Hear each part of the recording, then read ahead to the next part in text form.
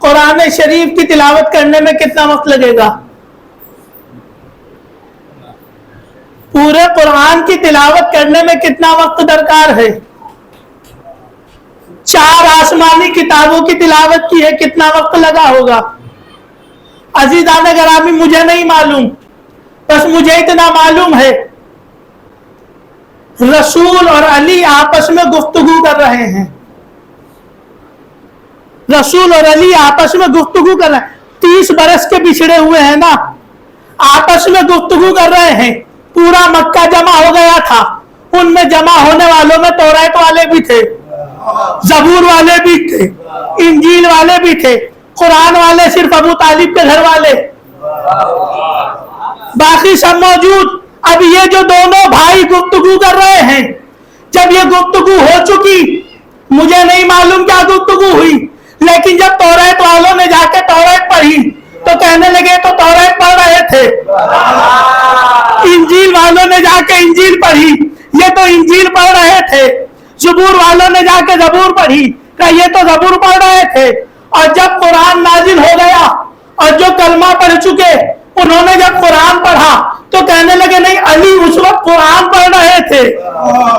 اللہ اکبر۔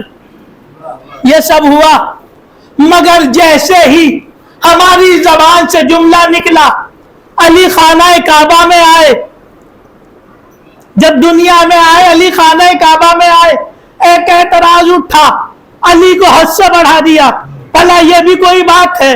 علی خانہ کعبہ میں آ گئے، یہ تو محض ایک اتفاق تھا، علی کعبے میں آ گئے۔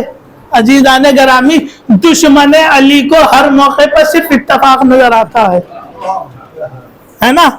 آپ دیکھیں بی بی فاطمہ بنت اسد جب گھر سے چلی ہیں تو خانہ کعبہ کے دروازے پر نہیں پشت پر آئیں، یہ بھی اتفاق تھا۔ کعبے کی دیوار پھٹی، یہ بھی اتفاق تھا۔ دیوار پھٹتی ہوئی دیکھ کر قدم پیچھے نہیں ہٹایا، یہ بھی اتفاق تھا۔ پھٹتی ہوئی دیوار کے بعد اندر داخل ہو گئی، یہ بھی اتفاق تھا۔ پھٹی ہوئی دیوار پھر مل گئی، یہ بھی اتفاق تھا۔ 3 دن تک پورا مکہ جمع رہا، یہ بھی اتفاق تھا۔ ابو طالب کے گھر سے کوئی نہ آیا، یہ بھی اتفاق تھا۔ قفل دروازے کا نہ کھل سکا، یہ بھی اتفاق تھا۔ 3 دن بعد آئے تو رسول آئے، یہ بھی اتفاق تھا۔ آنے کے بعد رسول اللہ کی زیارت کی، یہ بھی اتفاق تھا، ہے نا؟ اور آنے کے بعد آسمانی کتابوں کی تلاوت کی، یہ بھی اتفاق تھا۔ کتنے اتفاقات ہیں؟ دعوت ذوالعشرہ میں نصرت کا وعدہ کیا، یہ بھی اتفاق تھا۔ شب ہجرت بستر رسول پر سوئے، یہ بھی اتفاق تھا۔ مکے میں دشمن رسول کے دانت توڑے، یہ بھی اتفاق تھا۔ کسی کا ہاتھ توڑا، یہ بھی اتفاق تھا۔ بدر علی نے فتح کیا، یہ بھی اتفاق تھا۔ احد علی نے فتح کیا، یہ بھی اتفاق تھا۔ خیبر کا عالم علی کو ملا، یہ بھی اتفاق تھا۔ خندق میں عمرو بن دوت کو مارا، یہ بھی اتفاق تھا۔ کتنے سارے اتفاقات ہیں جو علی کی زندگی میں ہیں، سارے اتفاقات، ادھر علی کے فضائل، ادھر اتفاق اتفاق اتفاق اتفاق اتفاق۔ رسول کی اکلوتی بیٹی علی کو ملی، یہ بھی اتفاق۔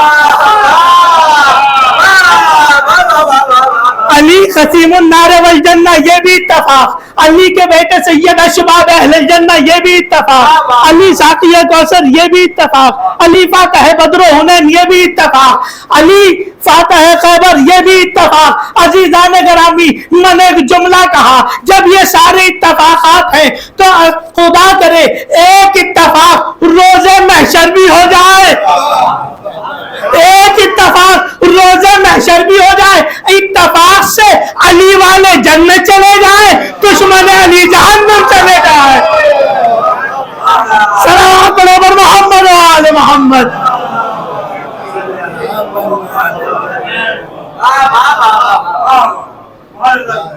یہ علی ہے، یہ ذات علی ہے کہ جہاں دنیا بھی ملے گی، جہاں آخرت بھی ملے گی۔ علی اور اولاد علی سے دنیا مانگو تو دنیا بھی ملے گی، آخرت مانگو تو آخرت بھی ملے گی۔ ہم ایسو کوئی امام ہی نہیں مانتے کہ جن کے پاس نہ دنیا ہو نہ آخرت ہو۔ آیا تھا نا حاکم شام فضائل علی روکنے کے لیے، مدینے میں مسجد نبوی میں پہنچا، فضائل علی کو روکنے کا اعلان کر دیا، منبر پر چلا گیا،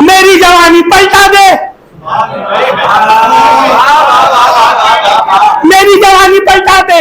اب یہ یوسف تو ہے نہیں کہ زلیخا کی جوانی کو پلٹا سکے، میری جوانی پلٹا دے۔ کہا یہ بھی میرے بس میں نہیں ہے۔ اپنے ساتھیوں سے کہنے لگا جلدی سے مجھے اس بزم سے اٹھا لو۔ کہا کیوں؟ کہا میں اس بزم میں نہیں بیٹھنا چاہتا جہاں نہ دنیا مل رہی ہو نہ آخرت مل رہی ہو۔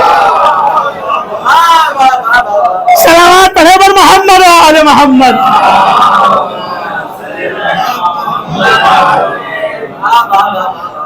ہم ایسے کوئی امام نہیں مانتے جس کے پاس نہ دنیا ہو نہ آخرت ہو۔ ہم امام اس کو مانتے ہیں جو دنیا بھی دیتا ہو، جو آخرت بھی عطا کرتا ہو۔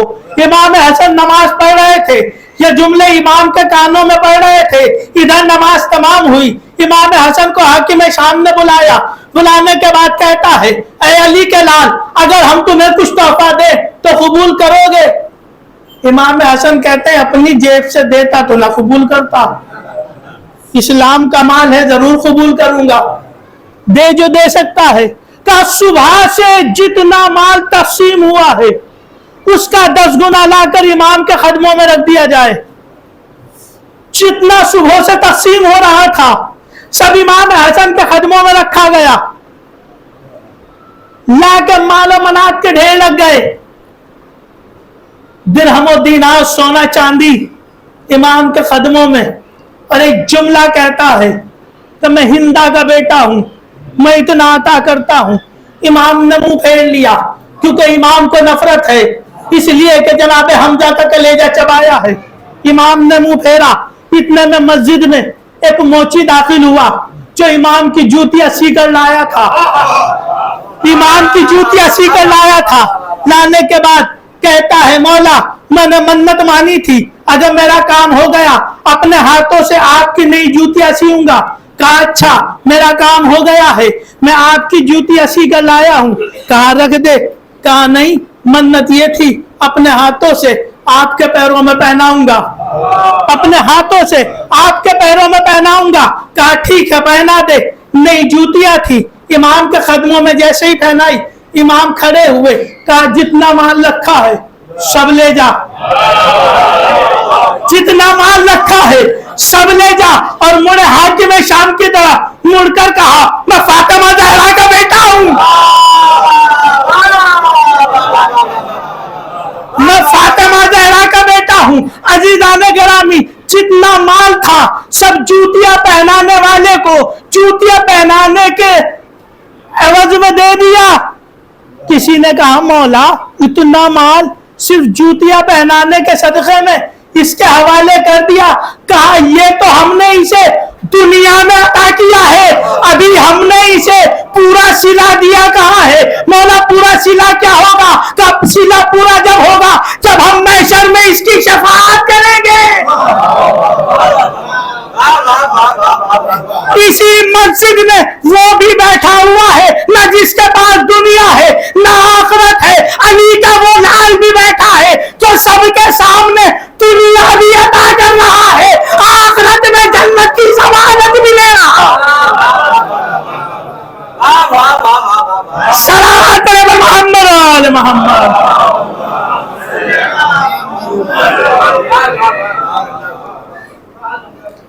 کون سمجھے گا ذات علی کو؟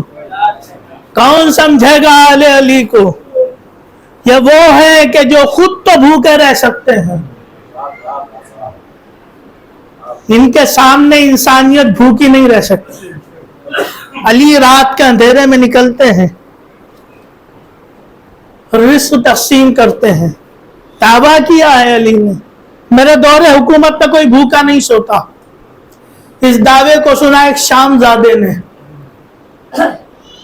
مولا علی کا پیچھا کیا، مولا کائنات ایک اونچے ٹیلے پر چڑھے، انگلیوں سے اشارے کر رہے ہیں، ادھر اشارے کیے، پوچھنے لگا علی کیا کر رہے ہو؟ کہ کائنات کی مخلوق میں اللہ کی طرف سے رزق تقسیم کر رہا ہوں۔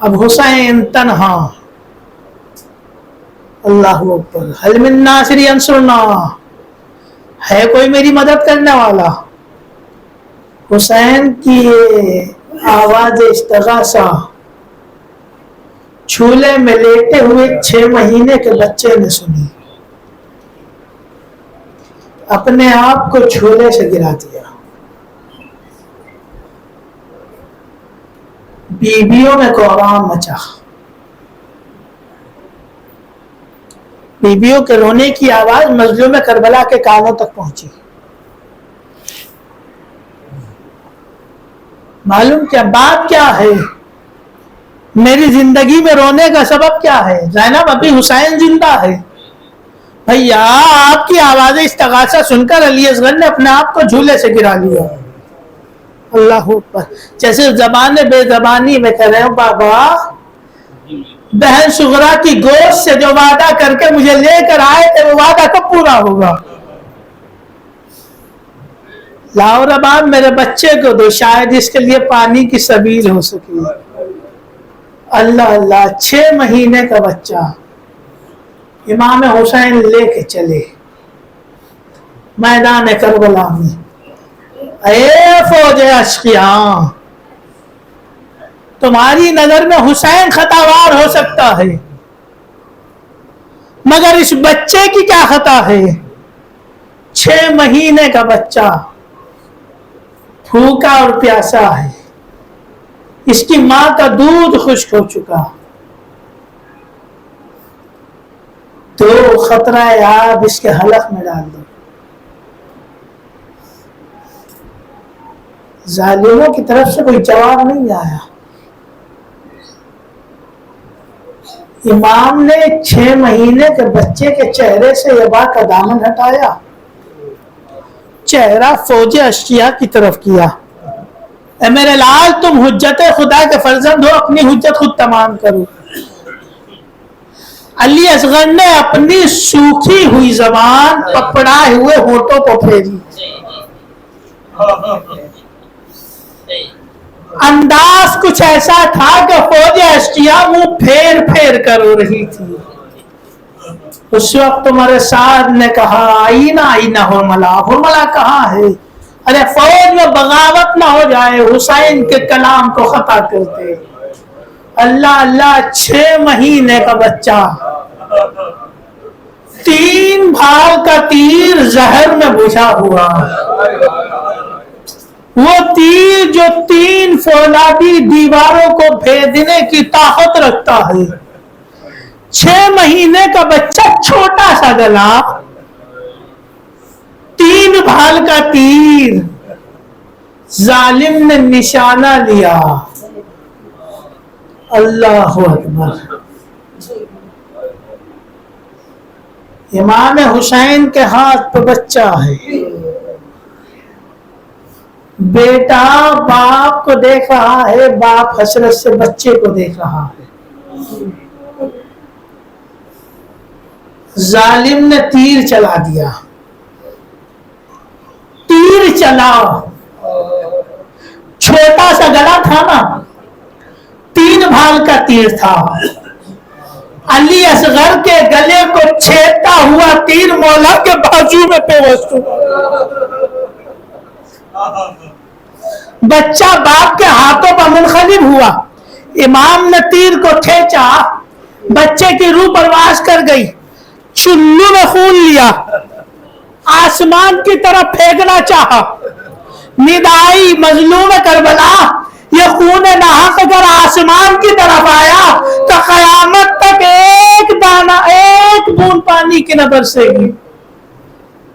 زمین کی طرف پھینکا، مولا قیامت تک ایک دانہ نہ ہوئے گا۔ خون علی اصغر چہرے پہ ملا، انکار آسماں کو ہے راضی زمین نہیں، اصغر تمہارے خون کا ٹھکانہ کہیں نہیں۔ اب میں اسی حالت میں اپنے نانا کے سامنے پیش ہوں گا۔ اے نانا، ارے آپ کا کلمہ پڑھنے والوں نے 2 گھونٹ میرے بچے کو نہ پلایا، میرا بچہ 3 دن کا بھوکا پیاسا تھا۔ اجرکم اللہ، عمل کوئی غم نہ دے، سوائے غم محمد آل محمد کے امام ہے، ماں سے وعدہ کر کے آئے ہیں لا تیرے بچے کو پانی کی سبیل کر لاؤں، تیرے بچے کو پانی پلا لاؤں، مگر بچہ 3 بھال کے تیر کا نشانہ بن چکا ہے۔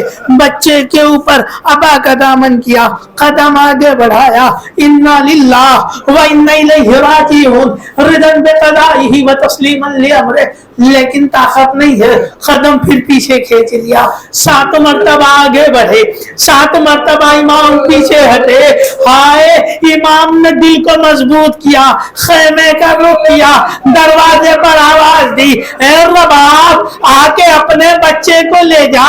رباب چلی، رباب سے پہلے ایک 3 سال کی بچی اور تھی، وہ بھی آگے بڑھی، آ کے بابا کے قدموں میں لپٹ گئی، اے بابا آج مجھے سمجھ میں آ گیا آپ علی اصغر کو زیادہ پیار کرتے ہیں، سکینہ کو پیار نہیں کرتے۔ اے بیٹی سکینہ یہ کیوں بول رہی ہو کہ میں تمہیں پیار نہیں کرتا، علی اصغر کو پیار کرتا ہوں۔ اے بابا ارے خیمے میں بھی تو پیاسی تھی، آپ صرف علی اصغر کو پانی پلانا، اجرکم اللہ۔